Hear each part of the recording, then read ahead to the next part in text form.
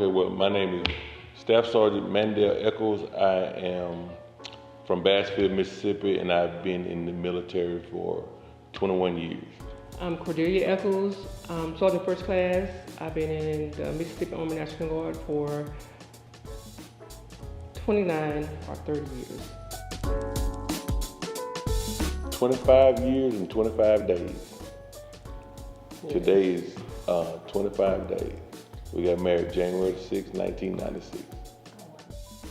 Well, I was in a youth choir called Jeff Davis Mass Choir in high school. I went to the Army, and when I came back on break, it was mainly made up of people from Bassfield, but when I came back, they'd expanded it because a lot of us left went and graduated, and they expanded to Prentice. And I'm originally from Prentice. She's originally from Prentice. And when I come back, my brother and them was saying I need to meet this girl, and she was in the choir, and that's where I met her from. And the way we actually met, they had a cookout, and I went to it when I was home. My brother cut hair, and everybody was going to my house, and she came, and I had just broken up with my girlfriend, and she let me vent, and I talked for probably an hour, 2 hours, and she never talked down on her, and she was like, well, y'all needed her, and like she was trying to give me advice, and I was like, like my papa always said, I became smitten with her, so I was like, yeah. Well, he remembered more than me. Well, I considered the first date because I told her I wanted to see her again, and she said she was going to be at we had a little choir thing, and we went, and afterwards we went to a park, and we sat and talked for a while. She was just swinging in the swing and talking. I considered that our first date, and she was like, well, it was like a lot of people was there. I said, yeah, but I guess because I was liking you, and it's like wasn't nobody else there with us. So I was just, I don't really consider that as our first date, but I don't really truly remember our first date, so we'll go with that. Yeah. Okay, so what attracted me to him when I met him the second time, which was totally different from the first time, was that he was very memorable and nice, and he seemed genuine. So he wasn't arrogant and conceited like I thought he was in the beginning. And so I'm like, we'll give it a try, not as dating, but as friends. And so we kind of just talked for a long time, and it just moved on into a relationship. Well, it's somewhat the same. Not that I didn't like him. He was cut up back in the day, He had no body fat. Whatever. With her, my brother and them always was like, I want you to meet her, man. I want you to meet her. So I'm like, whatever, man. I didn't hook me up with no girl. But that day we went to my house and sat down and talked. The fact that she sat there and listened, and she wasn't like every other female trying to either get to know me and talk down on the other girl or whatever. She was trying to get me to see me. And by her doing that, that made me feel as if she's not shallow. And the fact she wasn't shallow, and then she was a nice person, then she was fine too. So I was like, yeah, I can do that. I can deal with her. So. I guess effort makes the heart grow fonder is a true statement, because it really does. And when you're away from each other, you forget about all the issues or things you may have going on. So we do a lot of talking on the phone, mostly about our kids, which are grown now. Yeah. But normally talk about friends and family, what we want to do when we get back together and things like that. So a lot of talking. What she said.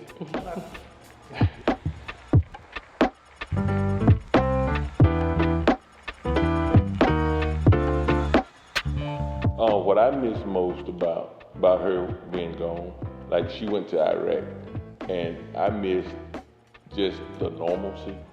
And when I come home, I can just relax. But when she was gone, when I came home, I had to be mama and daddy, and that was rough for me. combing hair, dealing with a young girl who's trying to get her cycle, and I'm just like, what did I do? What I tell her? And so our family helped out a lot with a lot of this stuff. Because when I comb hair, my daughter would call my sisters about 11:30, 12, and they'll come up to my house 11:30, 12, 1 o'clock at night and call and redo it. So I done spent 2 hours and they do it in 30 minutes, and I was just like, really? Didn't realize all the stuff she do. And when she was gone, it was just like found a newfound appreciation. If you haven't noticed already, he's hilarious, and I'm kind of on the serious side, and so he kind of balanced us out. So I did miss that part about him, but to know that our children were in good hands, I did not worry about our children because I knew where he didn't come in, like our family was going to step in, so that made everything better. What I missed about him was, I guess, his humor.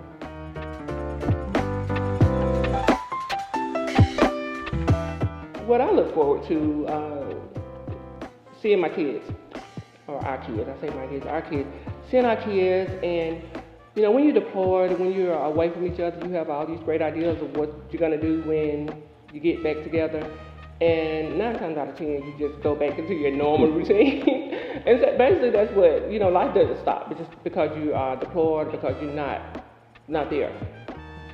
It keeps going. So we have all these plans and what we're gonna do when we get back, but normally most of the time when we get back, we just go right back into life like, you know, as usual. And you know, we'll go on vacation. We always do vacation at least once a year. So we do that and just keep it moving.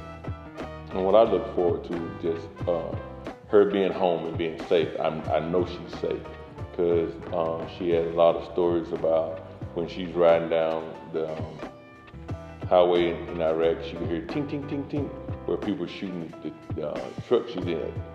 It was up armored, but just knowing that she was safe and getting back, like I said, to normalcy, because it's a change. It's a change.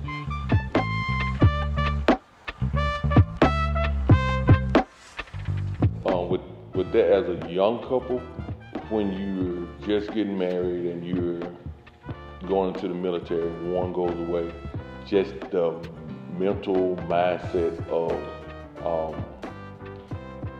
not being faithful, stuff like that. I'm like, just anything and everything, because it's like a lot of situations, like she's gone and you're talking to other people that was in the military that's been away, and they're telling you stories about how they used to see women, they used to do this, they used to do that, and that plays in your mind, and that's one of the main things. And in the same aspect, she being gone, and when she called home, just the play on words, people say little stuff like, I don't know where, I haven't seen him, I don't know where he is, and that plays along with people's mind when they're gone. And that's some of the main things, and the couples have to have a conversation and an understanding about what's going on, and try to keep people out of their heads, basically. Well, it's already could be tough for a newlywed, period. So my thing is, in a relationship, and especially newlywed, my thing is to pray in and out of season. Yep. You got to keep God first, keep communication open, and you know, if things going on in your head, you got to get them out so you and your husband can be on one accord. Because one thing, like people in the military, everybody go through different things, and a lot of things happen, good and bad. But marriage is not for the weak. It is not for the weak. I mean, you have to have your whole armor on whenever you in a marriage, and especially as a newlywed and in the military. So I would say, to a young couple, keep God first, keep communication open, and just watch the company that you keep. Watch the company you keep. Definitely.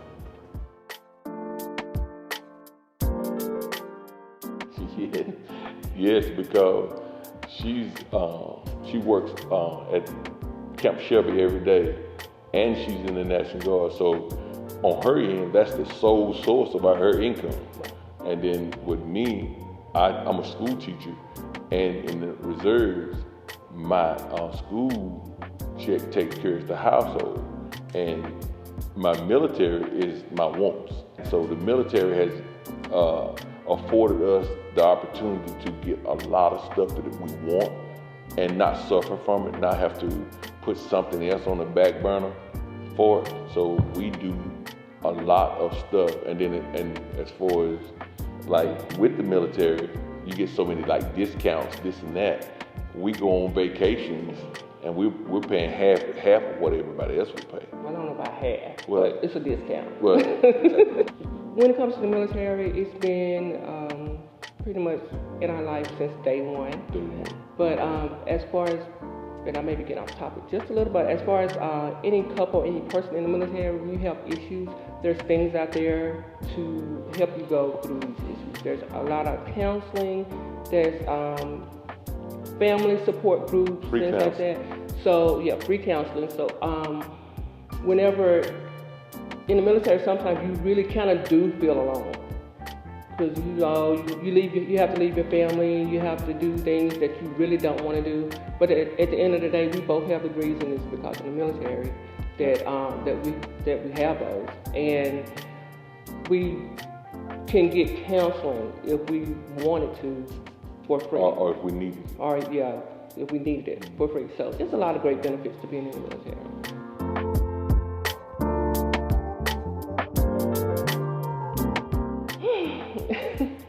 Tell them, honey. No.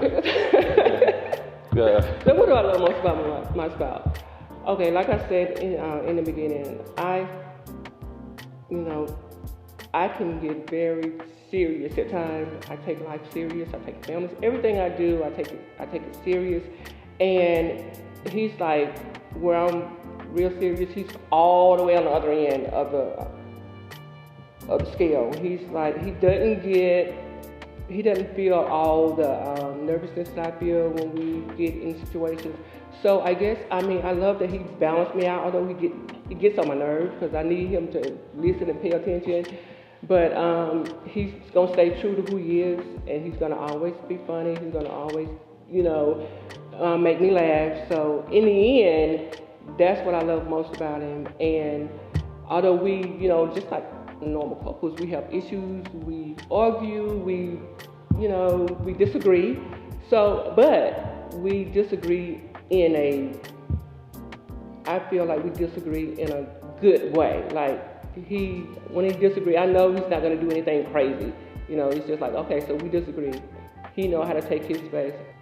Yeah, and what I love about her, she's going to keep our family afloat. And because I get so caught up in my job, because in college I prayed to God, asked him what he wanted me to do, and he showed me teaching. And I take that passionately. And so I get caught up in trying to save everybody. And she's like, you can't save everybody, but I can try. That's what I feel, because a kid doesn't choose who his parents are. So they can't live based on that. And if they're just looking at their parents, I want to give them a different route, show them that they can change their lives. And I get caught up in all of that and other little things that we need to do with our family. She is going to make sure, because she's serious, she's going to make sure that we stay on that path. And she's real nurturing and caring to our kids, our grown-ups. And it has been that way all our lives. And I really do appreciate her for that. If you are in regular Army, then a lot of times you know what you're going to do way before it happens. And I just go back to the National Guard Reserve. They give you the schedule way before it happens. So I think if you plan, I'm a planner, so I think if you plan in advance, then you won't have a lot of issues in your marriage. You won't have a lot of issues with your children, because children, although you have duties, although you have things to do, kids don't understand that, especially when they're small. They don't care about that. So you still need to make sure your children are loved, that your family, don't lose sight of why you're doing what you're doing. Right. But anyway, just communication, look ahead, plan ahead, be proactive that you won't have to react. And I think that'll be fine. Yep.